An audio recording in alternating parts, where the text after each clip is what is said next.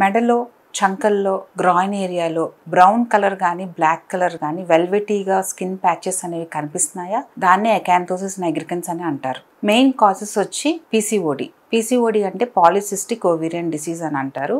So insulin resistance అనేది పెరుగుతుంది. So దానివల్ల మనకి నలుపు ప్యాచెస్ అనేవి అక్కర్ అవుతాయి. ప్రీ డయాబెటిక్ ఆర్ టైప్ 2 డయాబెటీస్లో కూడా మనకి కనిపిస్తుంది. ఓవర్ వెయిట్లో కూడా మనకి ఇది కనిపిస్తుంది. అండ్ ఒబెసిటీ పీపుల్ కూడా. సో ఇందులో మనకి సిమ్టమ్స్ అనేవి స్లోగా అక్కర్ అవుతూ ఉంటాయి. అదే సిమ్టమ్స్ అనేవి ఫాస్ట్గా అక్కర్ అవుతున్నాయి అంటే కనుక ఏదైనా ఇంటర్నల్ ఆర్గాన్కి ప్రాబ్లం ఉందా అనేది మనం బ్లడ్ టెస్ట్ అనేది చేయించుకోవాలి. అకాంతోసిస్ నైగ్రికన్స్ అనేది కంటాజియసా? ఇది కంటాజియస్ కాదు. ఒకరి నుంచి ఒకరికి స్ప్రెడ్ అనేది అవ్వదు. సో ఇంటర్నల్ ప్రాబ్లమ్స్ వల్లే మనకి స్కిన్లో మార్పులు అనేవి కనిపిస్తాయి. మనకి సిమ్టమ్స్ అనేవి స్లోగా అపియర్ అవుతాయి. ఫ్రమ్ మంత్స్ టు ఇయర్స్ అనమాట.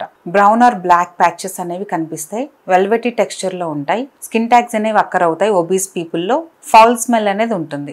ఫైబర్ రిచ్ ఫుడ్స్ అనేది తీసుకోవాలి. ఫ్రూట్స్ అండ్ వెజిటబుల్స్ అనేవి ఎక్కువ తీసుకోవాలి. So fruits mainly citrus fruits అనేది హెల్ప్ అవుతుంది.